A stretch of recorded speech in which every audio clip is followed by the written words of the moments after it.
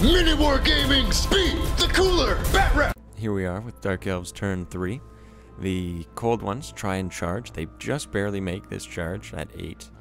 We do actually had forgotten to test for stupidity, so we test it in just a moment here. Yeah, because we roll off, because if they had not passed it, they couldn't charge, but they did pass. So Magic Phase starts up, Tomb King's channel, Dark Elves channel. Now we're going to try and do the Withering on the Necro Sphinx to try and reduce its toughness by D3, which could make a big difference. So I just throw a bunch of dice, miscast, but we do get it off, and we reduce his toughness by 2, so he's only toughness 6 now. But we get another explosion and kill another group of archers and go down to 1 wound on the sorceress. And lose the last power dice, and he dispels anything else I could do. So we start firing away into the Tomb Guard. Now, these archers, they've not lost anyone, so they've got lots of shots. And they kill another 2, 3, 4? Yeah, 4 of the Tomb Guard. Then the other crossbows shoot. There's only a few of them, so I don't really do anything. The knights, though, they charge the chariots. Lots of attacks, hitting on 3s, wounding on 2s. So they just outright kill one of the chariots. And then their mounts attack at the same time as the riders.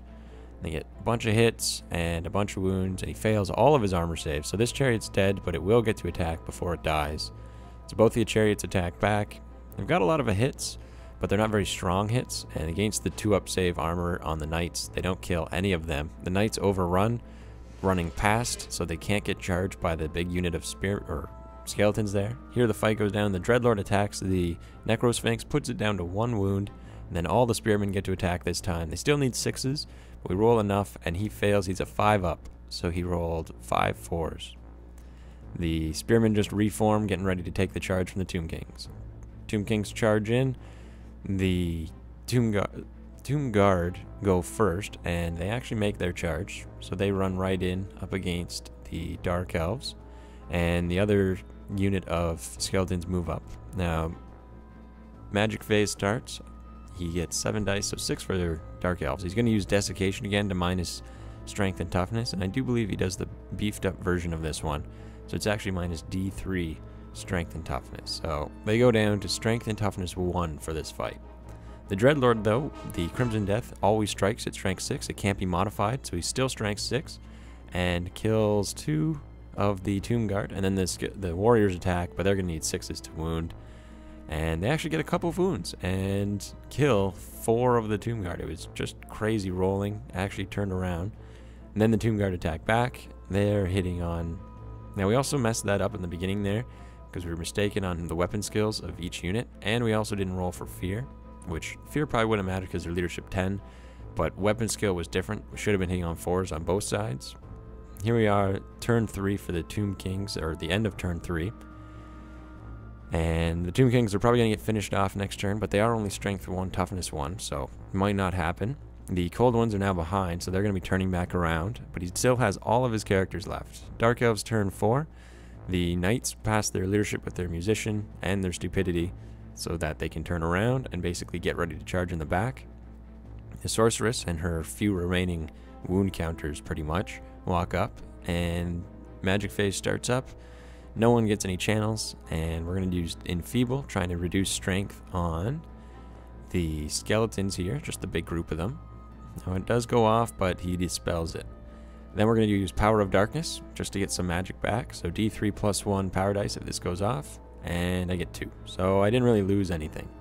Then we're going to use the Withering to reduce D3 toughness, also from the skeletons, in case they try and charge me the next turn. So it goes off, and then we just start firing arrows away. Get 1 wound, and he makes his regen. So the bigger unit of crossbows fire now.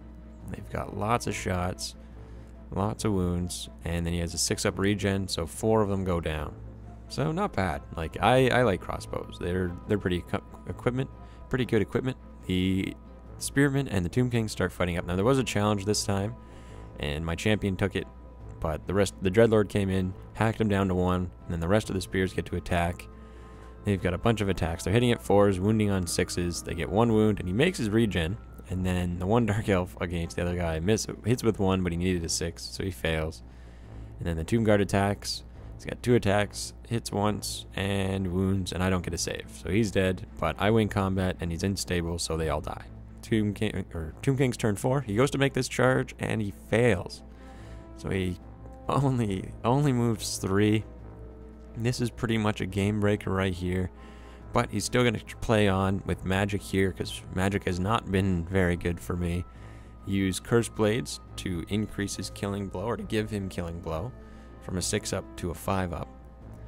And it goes off. And he also, because of his lore attribute, actually gets a few more skeletons back. I believe it's a D3 plus 1.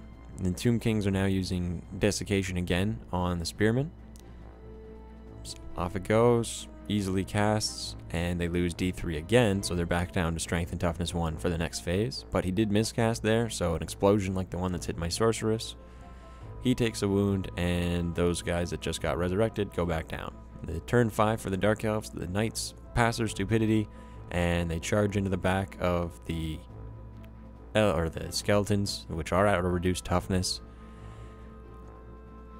The Spearmen, along with the Dreadlord, go to charge in the front, and the Dreadlord actually just does it by himself. The Spearmen just move up, and the crossbows get ready to charge if they need be. The Sorceress tries to cast again. I'm not really willing to throw all my dice at this, but we try and get the Withering off to reduce their toughness, because we are only Strength 1 right now. So she casts, and it goes down by 2, so their toughness 1, and we try and do Enfeeble as well to reduce their strength. Casting on the same guys, that does fail right there. But the Dreadlord takes initiates a challenge, and he sends off his champion to get slaughtered. And the Dreadlord hits. He's hitting on 3s, re-rolling, wounding on 2s. He's got his regen. He makes 1, but not enough, so the champion dies. Then the Knights hit in the back. They actually hit on 3s, re-rolling, wounding on 2s, and 5 of them get wounded, but he makes 2 of the regens there. So only 2 guys die. So 4 got wounded, it makes 2. Then the Mounts get to attack.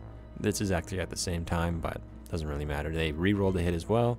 They need 2s to wound, and actually kill more than the Cold One Knights and the Dreadlord combined.